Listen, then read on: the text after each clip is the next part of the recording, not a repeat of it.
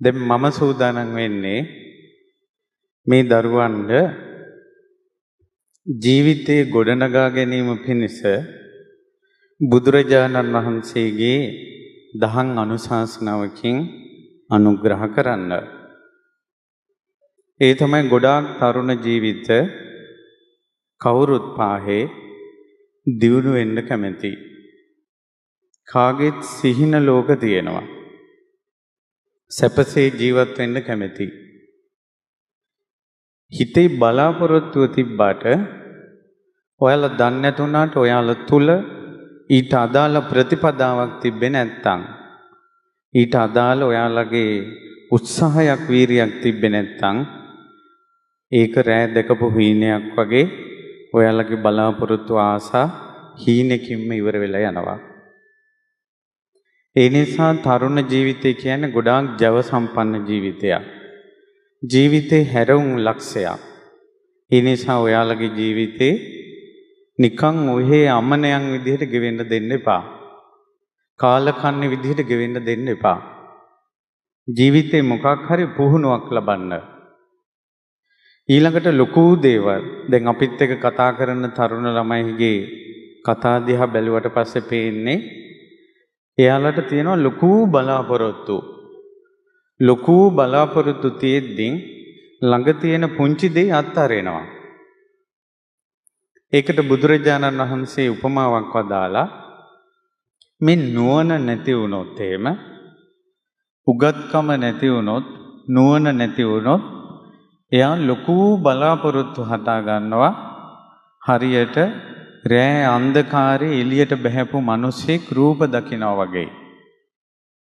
රෑ කළුවරේ අන්ධකාරයේ එළියට බැස්සට පස්සේ ඈත තියෙන ලොකු කන්දවල් කඳු ඈත ලොකු ගස් ඡායාවක් වගේ පේනවා. එහෙම පෙනුනට ඒ කන්ද ළඟට යන්න තියෙන බාධක ටික පේන්නේ නැහැ යාට.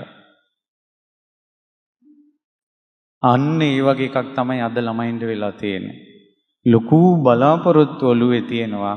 ඒ බලාපොරොත්තුව කරා යන මාවතේ තියෙන බාධක ටික පේන්නේ නැහැ.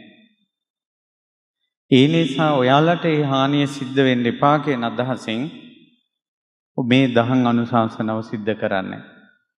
එතකොට දුවේ පුතේ ජීවිතේ සාර්ථකත්වයේ කරා යන්න නම් ප්‍රධානම බලපාන කාරණාවක් තමයි උත්සාහය, වීරිය. උත්සාහ කරන්න, වීරිය කරන්න.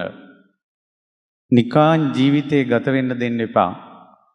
ගොඩාක් තරුණ ළමයි ඔහේ ඇවිද ඉන්නවා. ගෙවල් වලට වෙලා ඔහේ ජීවිතේ ආයුෂ ගෙවෙනවා. කලබල වෙලා කටයුතු කරනවා. කරන රස්සාවක් හරියට කරන්නේ නැහැ.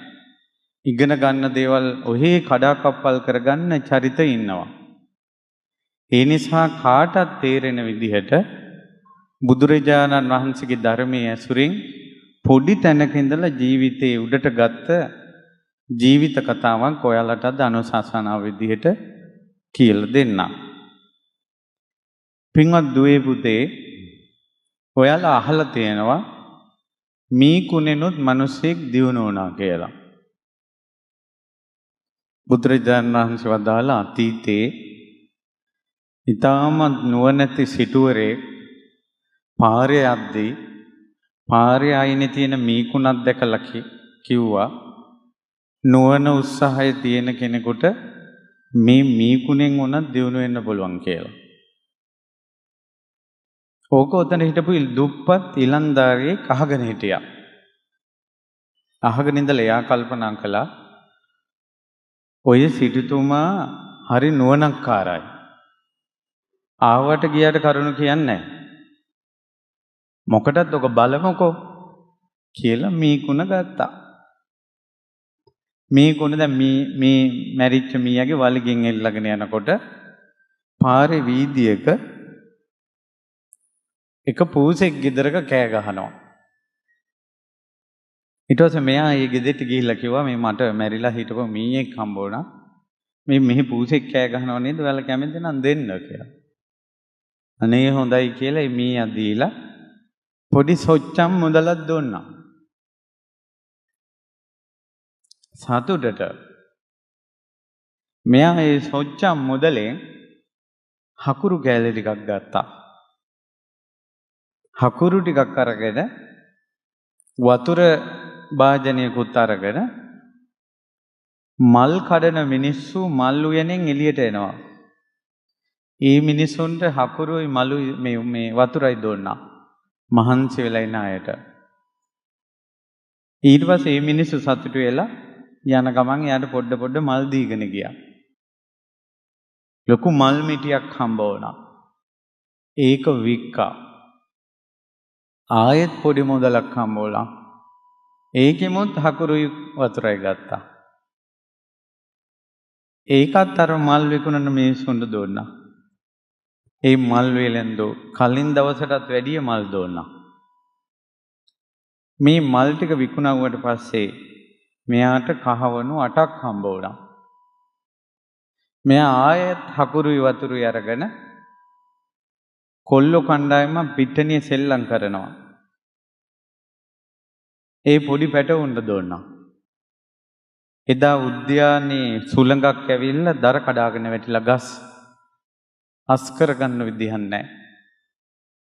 මෙයා උද්‍යාන පාලකට කතා කළා මට දර ටික දෙනවා නම් මං අස් කළා දෙන්නම් කියලා. අර වතුරයි හකුරුයි දීලා පොඩි උන් ටික ගෙන්නලා දර ටික අඩු කරගත්තා.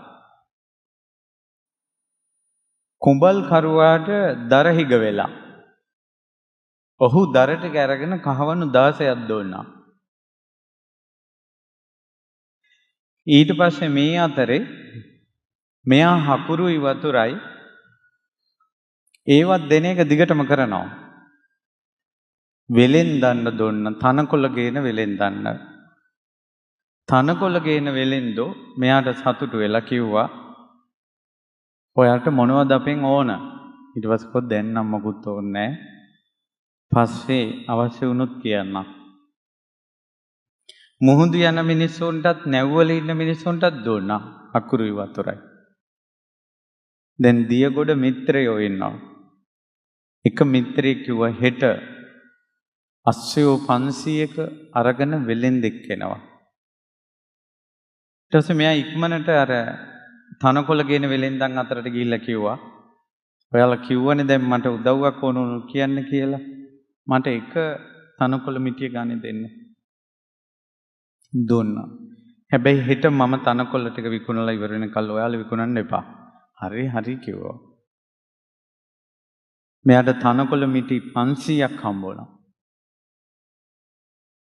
අස්ව වෙලෙන්දොන්ට තනකොළ නැතුව මේ මිටි 500 කහවණු 1000කට ගත්තා. ඒ අතරේ නැවෙන් මොහොදු යාළුවන්ගෙන් පණිවිඩයක් හම්බ වුණා. වෙලඳ බඩු නැවක් සේන්දු වුණා කියලා. මෙයා කුලියට හොඳ කරත්තයක් අරගෙන ලොකු මුදලාලි කෙනෙක් වගේ මොහොද ළඟට ගිහිල්ලා මොහොදට අත්තිකාරම් වෙන් කළා වෙන් කරගත්තා. කවුරු හරි බඩු ගන්නවත් මන් ළඟට එවන්න මොකද මේ බඩු ටික මන් දැන් වෙන් කරගන්නවා. එනේන මිනිස්සු බඩු ඕන මිනිස්සු වෙනවා මුදලාලිලා. එතකොට කියනවා එක ලොකු මුදලාලි කෙනෙක් වෙන් කරගත්තා ඕක. ඊට පස්සේ මේ තරුණයා ළඟට යනවා. තරුණයා කියනවා එහෙනම් යන්කෝ. මේක මම වෙන් කළා තියෙන්නේ. නමුත් මට පොඩි මුදලක් දීලා ඔයාලට ඕන බඩු ටික අරගෙන යන්න. මේ අතරමැදි වෙළඳාමෙන් කහවණු 2000ක් හම්බ වුණා. කහවණු 2000 කියන්නේ රංකාසේ 2000ක්. විශාල ධනයක් ඒක. මෙයා මේකෙන් ආයෝජනය කරන්න 1000ක් තියාගෙන කහවණු 1000ක් අරගෙන මහා සිටුවරයාගේ නිවසට ගියා. එතුමාට තෑග්ගක් විදිහට කහවණු 1000ක බඳුන පූජා කළා. වන්දනා කළා. ඊට පස්සේ ඇයි තරුණේ මෙච්චර මුදලක් මට? කිව්වා මීට 4 මාසයකට කලින් මම දුප්පතෙක්. ඔබතුමායි යනකොට කිව්වේ මේ කුණේනොත් දිනු වෙන්න පුළුවන් කියලා. මං ඒ වැඩේ කළා. මේ විදිහට තමයි මම දිනුනේ කියලා. Taman දිනු වෙච්ච විදිහ කිව්වා. එතකොට මහා සිටුතුමා කල්පනා කළා මෙච්චර වීරියවන්ත මෙච්චර උපාය කෞසල්‍යයෙන් යුතු තරුණයෙක් අපේ ගෙදෙට්ටයි සුදුසු කියලා තමන්ගේ දුව විවාහ කළා දොන්නා. සිටුතුමාගේ සකල සම්පත්තිය ඔහුට හිමි වුණා. මහා සිටුවරයෙක් බවට පත් වුණා. කොතනින්ද ගියේ? මේ කුණෙන්. මේ කුණෙන් මහා සිටුවරයෙක් බවට පත් වුණා. අද අපි කාට හරි කිව්වොත් එහෙම මේ කුණෙන් දියුණු වෙන්න පුළුවන් කියලා ඌවා කළා කොහෙද කරන්නේ? දැන් බණ්ඩාරවල බදුල්ල වැලිමඩ ওই පැතිවල ඔය ගව ගාල් තියෙනවා. මං ඒ පැත්තේ ළමයින්ට කියනවා දියුණු වෙනවා නම් මං ওই කතාව ඇසුරින් කිව්වා දියුණු වෙනවා නම් ගොම්බෙට්ටෙන් දියුණු වෙන්නත් පුළුවන් ගවෝ. ඒකට ඒක හිතට යන්නේ අයියෝ කියනවා. ගොම අත ගන්න කවුද? ඊට පස්සේ මම එක ළමයෙකුට කිව්වා ගොම්බෙට්ටෙන් දියුණු වෙන්න ඕන කියන්නේ හැමදාම ගොම අල්ලලා හිටපන් කියන එක නෙවෙයි. දැන් මී කුණින් දියුණු වෙන්න කියන්නේ හැමදාම මැරිච්ච මීයෝ හොය හොය යන්න කිව්වේ නෑනේ. මං කෝවා ඔය පිට්ටනිවල පාරවල් අයිනේ හරක් බැඳලා තියෙනවා. දැන් ඔයාට රස්සාවක් නෑනේ. ඔයාට කරන්න ඕනේ ගොම ටික ඔක්කොම එකතු කරලා හොඳට වේලන්න. වේලලා කිලෝ 1 2 වගේ පැකට් වලට ගොම කුඩු කරලා දා ගන්න. මේ පැත්තේ ගොඩක් මිනිස්සු මල් වෙලඳාමින් ඉන්නව නුවරඑළිය පැත්තේ. ඒ ගෙවල් ගන්න ඔයාට ගෙනියන්න පුළුවන්. මේ ගොම මේ පැකට් එකක් රුපියල් 50යි කියලා. අනිවාර්යෙන් මිනිස්සු ගන්නවා. එහෙම ගෙවල් වල යන ගමන් ඔයාලට මල් ගන්න තැන් ඔයාලට සෙට් වෙනවා. මල් තියෙන ගෙවල් ඔයාලත් එක්ක යාළු වෙනවා. එතකොට අක්කේ අයියේ අපිට මෙහින් මල් ගන්න පුළුවන්ද? මේ මිනිස්සු කැමති වෙනවා. එතකොට ඔයා මල් දෙන තැනොත් දන්නවා. ඔයා හිමීට මල් බිස්නස් එක පටන් ගන්නවා. ඒ මල් බිස්නස් එකෙන් ඔයා ඈත ප්‍රදේශවලට මල් ගන්න තැන් පින්කම් ඒ වලට යවන්න පුළුවන්. ඔහොම යනකොට ඔයාට පිටරටට මල් යවන තැන් හම්බ වෙයි. නමුත් ගොම ටික කිමු දියුණු වෙන්න පුළුවන් කියලා කියනකොට එයාගේ ඔළුව ගොම ටිකේම එරෙනවා මේ සක්කා. නුවණ පුළුල් වෙන්නේ නැහැ. ඒ නිසා පින්වත් දරුවනේ පොඩි දෙයෙන් පටන් ගන්න බුලත් කඩෙන් පටන් ගන්න කියලා කියන්නේ හැමදාම බුලත් විකුණන්න කියන එක නෙවෙයි. එතනින් තමයි තමන්ගේ අරමුණට යන කනෙක්ෂන් ටික හදාගන්න ඊට පස්සේ. ඒ නිසා බෑ බෑ කියලා මට හරියන්නේ නැහැ මට ලොකු අයිඩියා එකක් තියෙන්නේ මේ පොඩි පොඩි දේවල් වලට අත ගහලා හරියන්නේ නැහැ කියලා නිකන් නිකම විදිහට ගෙවල් වල ඉන්න එපා. අනිත් එක තමයි දියුණු වන අයගේ දියුණු වීමේ ලක්ෂණ තියෙනවා. ওই චුල්ල සිටුතුමාගේ කතාවේ දියුණු වෙන කෙනෙක්ගේ පුදුම ලක්ෂණ ටිකක් තියෙනවා. එකක් තමයි දැනුම් තේරුම් තියන අය කියන දේ පිළිගන්නවා. ඒක අත්අදහ බලනවා. දැනුම් තේරුම් තියෙන අය. ඒකනේ අර මේ කොටෙන්නොත් දියුණු වෙන්න පුළුවන් කියන කතාවට ඔහු ඒක අත්අදා බැලුවේ. ඊළඟ දේ තමයි උපාය කෞසල්‍යයෙන් යුක්තයි. හොඳට වටපිට ගැන අවධානයක් තියෙනවා යාට. ඊළඟ දේ තමයි ආර්ථික විද්‍යාඥයන් අද ඉහළින් කතා කරන දෙයක් තමයි දියුණු වීම පිළිබඳව. ඒ තමයි දියුණු වෙන කෙනා රැස් කරන කෙනෙක් නෙවෙයි. දැන් ඔයාලට දියුණු වෙන්න ඕන කියලා කියනකොට ඔයාලා පොඩි ජොබ් එකක් කළා සල්ලි එකතු කරනවා. ඔය දියුණු වීමේ ලක්ෂණයක් නෙවෙයි. දියුණු වීමේ ලක්ෂණය තමයි ආයෝජනය කිරීම. අනිවාර්යෙන් දියුණු වෙන කෙනෙක් නම් ආයෝජනය කරන්න ඕන. සල්ලි එකතු කරන්න හොඳ නැහැ. දැන් මෙයා පළවෙනි ලැබුණ සොච්චම හකුරු වලට ආයෝජනය කළා. ඒ ලැබුණ මුදල ආයෝජනය කළා. එහෙම තමයි දියුණු වෙන කෙනා. දියුණු වෙන කෙනා පළමුවෙන්ම ලාභය බලන්නේ නැහැ. ලාභය බලන්නේ. පළවෙනි දවසේ බිස්නස් කරලා මට කොච්චර සුද්ධ ලාභය ලැබෙනවද කියලා එහෙම බලන්නේ නැහැ දියුණු වෙන කෙනා. දියුණු වෙන කෙනාගේ තියෙන උත්සාහය, වීරිය, කරන වැඩේ හරියට කරන එක. පස්සේ සල්ලි ගණන් කළ හැකි. ඊළඟට තමයි යාළුවෝ හදාගන්න එක. ඊළඟ එක තමයි මිත්‍රයෝ හදාගන්න එයා තුළ තිබ්බ ලොකුම හැකියාව තමයි දන් දීම. දදම් මිත්තානි ගන්තති. උපක්‍රමශීලී බව. ඊළඟ එක තමයි කෘතඥතාවය. තමන්ට උපකාර කරපු අය අමතක නොකිරීම. කෙලෙහි ගුණේ. එතකොට බුදුරජාණන් වහන්සේගේ එක දේශනාවක තියෙනවා කෙලෙහි ගුණ දන්නේ නැති කෙනෙක් ඉදිරියට යන්න හැදුවොත් එයා හරියට තමන්ගේ පහසුවට තියෙන පාවහන් යුගල අනිත් පැත්තට දාගත්තා වගේ කියනවා. වැරදියට පාවහන් දාගෙන යන්න හදනවා වගේ කියනවා. තමන්ට උදව් කරපු අය අමතක කරලා යන ගමන අමාරුව වැටෙනවාමයි.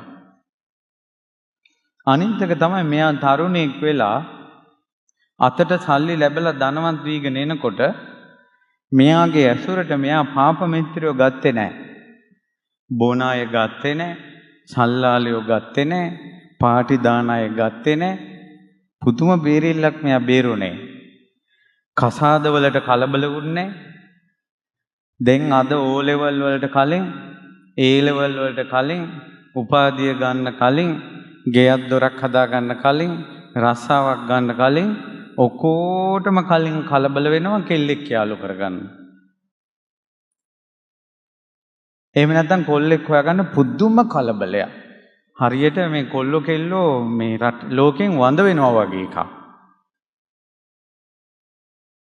දරුවනේ ඔයාලා පිළිගත්තත් නැතත් දූලට විවාහ වෙන්න කර්මානුරූපව පිරිමියෙක් මේ ලෝකේ පහළ වෙලා ඉන්නේ. පුතාලට බිරිඳක් විදිහට කර්මානුරූප කෙනෙක් පහළ වෙලා ඉන්නේ. ඔයාලා කොච්චර එක එක්කෙනත් එක්ක යාළු වෙලා හිටියට කතා බහ කළාට මැසේජ් කළාට කර්මානුරූප කෙනා ගානට සෙට් වෙනවා විවාහයට. ඒ කර්මානුරූපව Tamand උරුමකාරයා හෝ උරුමකාරිය මුණ ගැහෙන්නේ එක්කෝ සැප විඳින්න එක්කෝ දුක් විඳින්න. Tamanne විඳවන්න ඕන විදිහට ගානට ගෙනා සෙට් වෙනවා. ඒකට Taman උත්සාහ කළත් නොකළත් ඒවා ගානට සෙට් වෙනවා. ඉතින් ඒ නිසා අම්මලා තාත්තලා ඒවා ගැන බලයි. ඔයාලගේ ජීවිතේ ඉහළට යන්න ආර්ථිකයෙන් ශක්තිමත් වෙන්න බලන්න. සමහර පුතාලා මම දන්න සමහර ළමයි ඉන්නවා. ඒ ළමයි ඔය පාසල් ජීවිතයේ ආදරය නිසා ඉගෙන ගන්නවා කඩාකප්පල් කරගෙන ජීවිතේ අපායක් කරගන්නවා. එයා කැමති නෑ මට මෙහිමයි කියලා. බුදුරජාණන් වහන්සේ වදාලා කාන්තාවන් ලෝකේ බලවත් වෙන කරුණු පහක් තියෙනවා. ඒ තමයි කාන්තාවක් ලෝකේ බලවත් වෙනවා ඇගේ රූපය නිසා. ඒකට කියනවා රූප බලය. ඊළඟට කාන්තාවක් ලෝකේ බලවත් වෙනවා භෝග බලය. ඒ කියන්නේ එයා හොඳට ඉගෙනගෙන එයා ධනවත් වෙලා. ඒ නිසා කෙල්ලෙක් ධනවත් වුණොත් එයා ලෝකේ බලවත් වෙනවා. ඊළඟට කාන්තාවක් ලෝකේ බලවත් වෙනවා ඥාති බලය. ඥාති බලය කියලා කියන්නේ එයාට හොඳ ෆැමිලි එකක් තියෙනවා. ධනවත් මිනිස්සු ගොඩක් මැද මේ කෙල්ල හැදෙන්නේ. ඒ කෙල්ල බලවත්. ඊළඟට කාන්තාවක් ලෝකේ බලවත් වෙනවා පුත්ත බලය. හොඳ දරුවෝ ඉන්නවා. කාන්තාවක් ලෝකේ බලවත් වෙනවා සීල බලය. ඔය තමයි බල. බුදුරජාණන් වහන්සේ වදාලා කාන්තාවන්ගේ සියලු බල යට යවන්න පිරිමියෙක්ගේ එක බලයකින් පුළුවන් කිව්වා. මොකද්ද පුළුවන් නම් කියන්න බලන්න. ඉස්සුරු බලය. ඉස්සුරු බලය කියන්නේ පිරිමියාගේ ධනවත්කම. පිරිමියාගේ ධනවත්කමෙන් කාන්තාවන්ගේ සියලු බලය යට කරන්න පුළුවන් කිව්වා. ඒ නිසා අනේ කියලා ওই පුතාලා ජීවිතේ වටාගෙන අපේ ජීවිතේ මං හරි අවාසනාවන්තේ මට කවුරුත් කැමති නෑ මං තනි වෙලා ඔය වගේ පසුගාමි අදහස් වලින් විඳවන්න එපා. ජීවිතේ පොඩි තැනින් පටන් ගන්න. O level පාස් වුනේ නැත්නම් කෝස් එකක් හරි කරන්න. A level පාස් වුනේ නැත්නම් කෝස් එකක් හරි කරන්න. ඩොක්ටර් කෙනෙක් වෙන්න නම් බයෝ කළේ. ඩොක්ටර් කෙනෙක් වෙන්න බැරි වුණා නම් එක්ක ගුරුවරයෙක් හරි වෙලා වෛද්‍යවරු බිහි කරන්න. සමහරවිට වෛද්‍යවරයෙකුට වැඩි අනාගතේ ගුරු වෘත්තියේ දෙන කෙනා ධනවත් වෙනවා. එහෙම නැත්නම් බෙහෙත් හේත් පිළිබඳව තියෙන කෝස් තියෙනවා.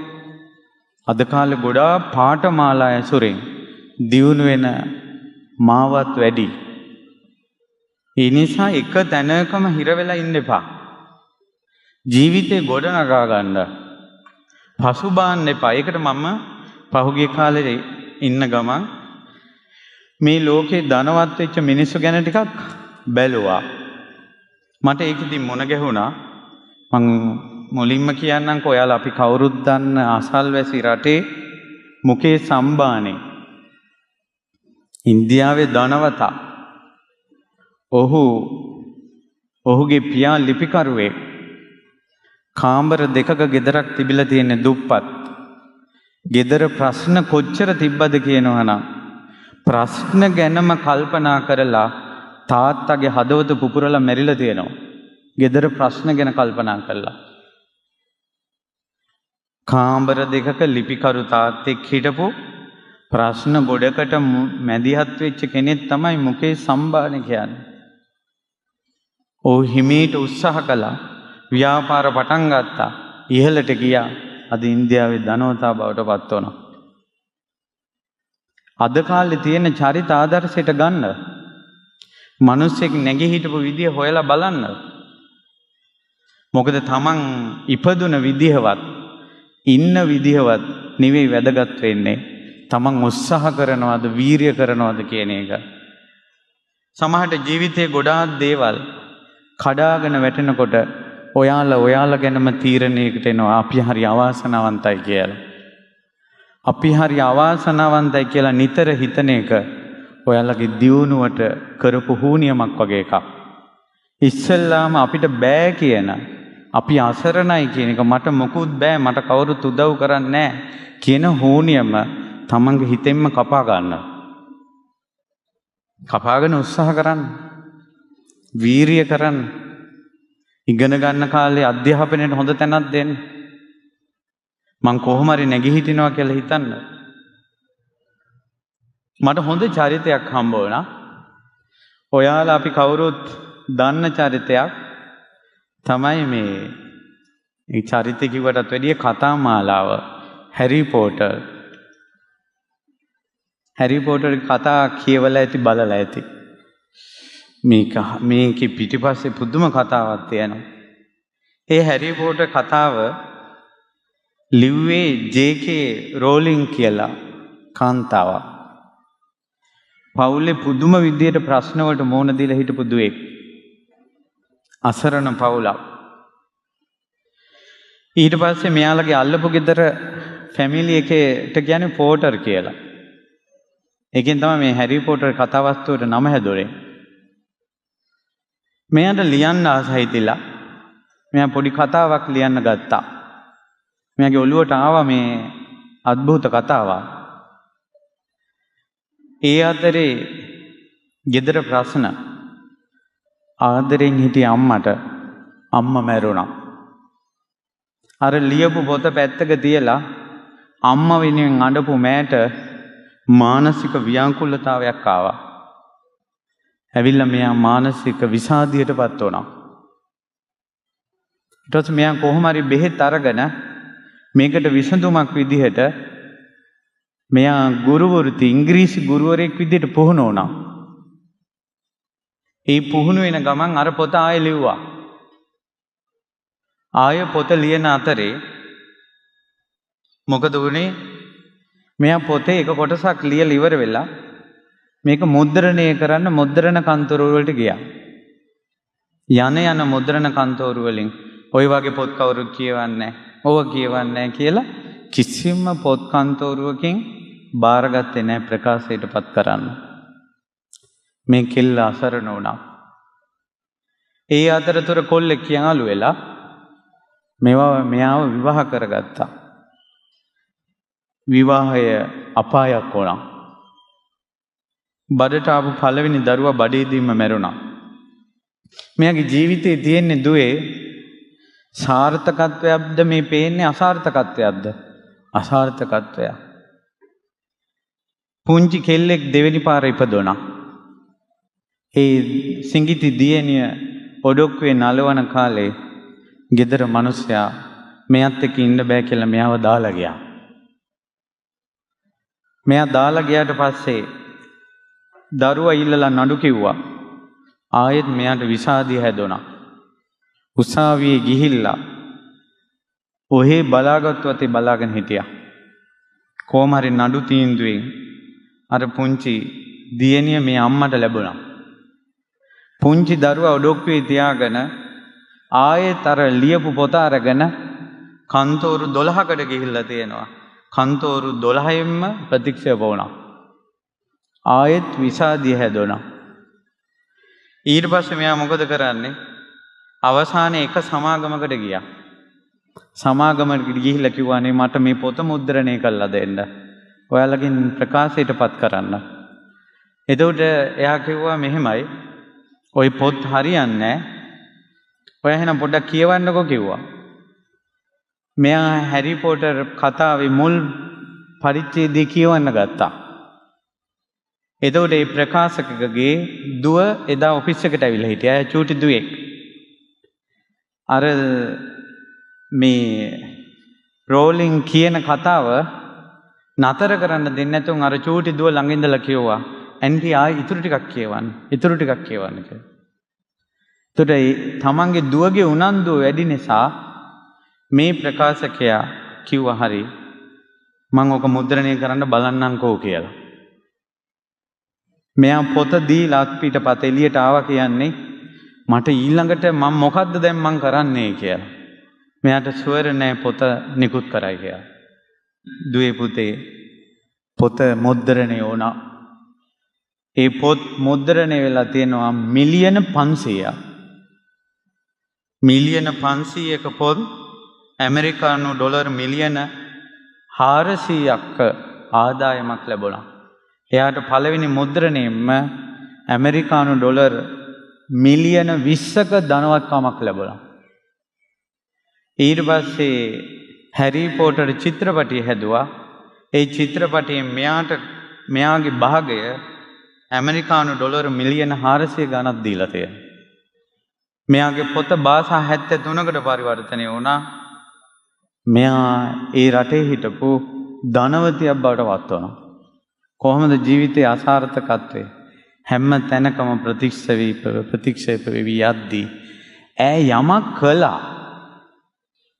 ලෝකෙට සාප කරන්නේ නැතුව යමක් කළා. මානසික විසාදයෙන් ඉන්නකොට එයාට තරහ කී දෙනෙක් ඔයා මේකේ පිස්සියේ කියලා කී දෙනෙක් කියන්නේ නැතිද? ඒ පිස්සු කියපු ලෝකෙම තමන්ගේ පාළඟ වැඳ වැටෙන තැනට ඈ යමක් කළා පෑනෙන්. ඒ නිසා ඔයාලව ප්‍රතික්ෂේප කරන සමාජයේ, ඔයාලා දකින්නට අහක බලාගෙන යන සමාජයේ, ඔයාලා තනි කරන සමාජයේ ඔයාලා ළඟ වැඳ වැටෙනකල් දුවේ උත්සාහ කරන්න. පුතේ උත්සාහ කරන්න. ඒකට පළවෙනි අභ්‍යාසය තමයි අධ්‍යාපනය හොඳින් කරන එක. කන ගුටියෙන් නැගිටින්න. වටෙන වැටෙන මේ වලෙන් නැගිටින්න. තමන් මොහොන දෙන ප්‍රශ්නේම අභියෝගයක් කරගන්න. මං කොහොම හරි ගොඩ යනවා කියලා. අතාරින්න එපා. සියදිවි නසා ගන්න එපා. අපි මැරිලා වැටෙනකල් ජීවත් වෙමු බලෙන් මැරෙන්නේ නැතුව. එතකොට ඒ අතර හොඳ උදාහරණයක් තමයි චීනේට අන්තර්ජාලයෙන් චීනේ ඔසවා තැබූ අලිබබා ව්‍යාපාරයේ ප්‍රධානියා ජැක්මා සමාජයෙන් ප්‍රතික්ෂේප වෙච්ච චරිතයක්. මෙයා කොච්චර ප්‍රතික්ෂේප වෙනවද කියනවනම් යාළුවෝ මෙයාට දාලා තිබ්බ නම පිස්සා කියලා. මෙයා පුංචි පන්තියේ දෙපාරක් ෆේල් වෙලා තියෙනවා. ද්විතීක විභාගේ 3 පාරක් විභාගේ ෆේල් වෙලා තියෙනවා. ඊට පස්සේ මෙයාට රස්සාවක් හොයාගන්න රස්සා 30කට ගිහිල්ලා තියෙනවා. රස්සා 30ෙන්ම මෙයා ප්‍රතික්ෂේප කළා තියෙනවා. ඊට පස්සේ මෙයා KFC ආයතනයේ සේවකයෙක් විදියට ඉන්ටර්විව් ගිහිල්ලා තියෙනවා. එතන ඉන්ටර්විව් එකට 24 දෙනෙක් ඇවිල්ලා තියෙනවා. 23 දෙනෙක් ගත්තා. එක්කෙනෙක් ෆේල් කළා. ඒ ජැක් මා. ඒකෙමුත් ෆේල්. ඊට පස්සේ මෙයා පොලිසියට බැඳෙන්න ගිහිල්ලා. ඒ ඉන්ටර්විව් එකට 5 දෙනෙක් ඉන්ටර්විව් ඇවිල්ලා තියෙනවා. 4 දෙනෙක් ගත්තා. එක්කෙනෙක් ෆේල්. ඒ ජැක් මා. ඊට පස්සේ මෙයාට කියලා උඹගේ පිස්සු වැඩ නතර කරපන් කියලා. ඊට පස්සේ මෙයා පුංචි රස්සාවක් පටන් අරන් ඒකෙන් අර බහඬු හොමාරු කරන පුංචි ව්‍යාපාරයක් ආරම්භ කළා. එතකොට ඒ සමාජයට ඒක අලුත් දෙයක් නිසා මේ ජැක්මා පිස්සු වැඩ කරනවා කියලා සමාජය ප්‍රතික්ෂේප කළා. එයා චීනයේ ධනවතා බවට පත් වෙලා කිව්වා පිස්සෙක් වෙන එක හොඳයි මෝඩෙක් වෙනවට වඩා. ඒ නිසා මේක පිස්සෙක් වගේ ඉගෙන ගන්නවා කියලා ඔයාලට කවුරු හරි කියයි. මෝ පිස්සෙක් වගේ මේ මහන්සි වෙන්නේ කියලා කියයි. ඒ පිස්සා කියන වචනේ හොඳයි. අමනෙක් වගේ මෝඩෙක් වගේ ගෙදෙට්ට වෙලා ඔහේ කල් ගෙව ඉන්නවට වඩා. ඒ නිසා බුදුරජාන් වහන්සේ වදාලා කාලේන කාලං අත්ත විපත්ති පච්ච වික්කිතබ්බං තමන්ට වැරදිච්ච තැන් කාලෙන් කාලෙට බලන්න ඒ වැරදි හදාගන්න. කාලේන කාලං අත්ත සම්පත්ති පච්ච වික්කිතබ්බං තමන්ට කාලෙන් කාලෙට තමන්ට හරි ගිය විදිහ සම්පත්තිය ලැබිච්ච විදිහ ප්‍රතිවේක්ෂා කරන්න. හරි ගිය දේවල් නැවත නැවත කරන්න. කාලේන කාලං පරවිපත්ති පච්ච වික්කිතබ්බං කාලෙන් කාලෙට අනුන්ට වැරදුන විදිහ බලන්න. අනුන්ට වැරදුන විදිහ බලලා ඒ වැරදි තමන් ළඟ තියාගන්න එපා කිව්වා. කාලේන කාලං පර සම්පත්ති පච්ච වික්කිතබ්බං කාලෙන් කාලෙට අනුන් දියුණු වෙච්ච හැටි බලන්න කිව්වා. ඒ අය දියුණු වෙච්ච ක්‍රමේ තමන්ට ගන්න කිව්වා. ආධ්‍යාත්මික වශයෙන් බාහිර වශයෙන්. ඒ නිසා ජීවිතේට ඒ වගේ පන්නරයක් ගන්න මොන හරි දෙයක් කරන කෙනෙක් බවට පත් වෙන්න. නිකන් ඔහේ කාලේ ගත කරන්නේ නැතුව ෆෝන් එකට ජීවිතේ ගෙවෙන්න දෙන්න එපා. ෆෝන් එකට ජීවිතේ කන්න දෙන්න එපා. ඊළඟට ආදරේ කියලා කොහෙවත් යන ගෑනු ළමයෙකුට තමන්ගේ ජීවිතේ විනාශ කරන්න දෙන්න එපා. ආදරේ කියලා කොහෙවත් ඉන්න කොල්ලෙකුට තමන්ගේ අනාගතේ විනාශ කරන්න දෙන්න එපා. තමන්ගේ අනාගතේ තමන් හදාගන්න. තමන්ගේ විශ්වාසය අනිත් අය කඩනකොට විශ්වාස කඩන ලෝකේ තමන් බලවතෙක් විදියට නැගී හිටින්න. ඒ බලවතෙක් විදියට නැගී හිටින්න අසරණකමෙන් බෑ. අභිමාණයෙන් පුළුවන්. ඒ නිසා ඔය කතා එක දෙකක් ඔය කිව්වේ. ඒ නිසා ඔයාලා දන්න ගොඩාක් ජීවිත තියෙනවා. මේ ලෝකේ ගොඩාක් ධනවත් මිනිස්සු ගත්තොත් 90%ක්ම පොඩි තැනේ ඉඳලා ජීවිතේ උඩට හදාගෙන ආපු අය. ඒ නිසා ඔයාලගේ ජීවිතේ යම්කිසි ඉරණමකට යාවි. ඒ ඉරණම වෙනුවෙන් ඔයාලා කරන්න තියෙන්නේ උත්සාහ කරන එක, වීරිය කරන එක. තාත්තා වඩු බාස ඕනේ කෙනෙක් වුණාට ඔයාලා මේ තාත්තලා කරන වැඩේ හරියන්නේ නැහැ කියලා. ඔයාලත් වඩු වැඩ ඉගෙනගෙන අලුත් ලෝකෙට අලුත් විදියට ප්‍රවේශන වෙන්න. වඩු වැඩ කරන ගමකම අහසින් යන කාෂ්ඨ වාහන කියලා ලී වලින් අහසට යන යානාවල් වඩු පවුල් වල ඉස්සර හදලා තියෙනවා. මේසන් වැඩ කරන පවුල් වලම මිනිසුන්ගේ ඇස් අදහ ගන්න බැරි විස්මිත නිර්මාණ මේස හැන්දෙම් නිර්මාණය කළා තියෙනවා. ඒ නිසා තමන්ගේ ශිල්පයෙන් ලෝකෙට අලුත් දෙයක් දෙන්න. ඒ නිසා උත්සාහ කරන කෙනා ඉදිරියේ පින්වතුනි වාසනාවේ දොර ඇරෙනවා. ඒ වාසනාවේ දොර ඇරෙන කාල තියෙනවා. ඒ කාලේ එනකල් උත්සාහ කරන්න, වීරිය කරන්න, පොඩි තැනින් පටන් ගන්න. ඔච්චරයි. ඒ නිසා ගොඩාක් කතා කොමටද, ගොඩාක් වචන කොමටද කෙටියෙන් කිව්වේ පොඩි තැනින් පටන් ගන්න. ජීවිතයේ අසාර්ථක වීමම ඔයාලට වාරුවක් කරගන්න. ශක්තියක් කරගන්න හොඳ කෙනෙක් ලෝකෙට බිහි වෙයි. ඒ වගේ කෙනෙකුට Taman නැගී හිටිය ආකාරය ওই ජක්මා තම ලෝකෙටම Tamanගේ කතාව කිව්වා වගේ වැටෙන අයට තමන්ගේ වචනෙන් හයිය දුන්නා වගේ වැටෙන ලෝකයක් ඔයාලට නගා හිටවන්න පුළුවන් එදාට.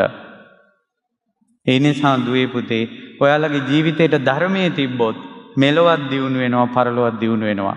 ඔය උත්සාහය කරා යන පාරේ අරමුණු කරා යන පාරේ සිහින පොදි බැඳගෙන යන පාරේ ඔයාලගේ හයියට ධර්මයේ තියාගන්න.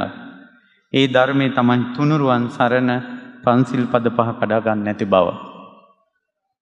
එනිසා තෙරුවන් සරණයි පංචශීලයයි ඔයාලගේ ආරක්ෂාවට තියාගෙන ලෝකේ හොඳ තැනකට යන්න. සමහර ළමයි ඉන්නවා මහාන වෙන්න ආසයි මහාන වෙන්න විදිහක් නැහැ.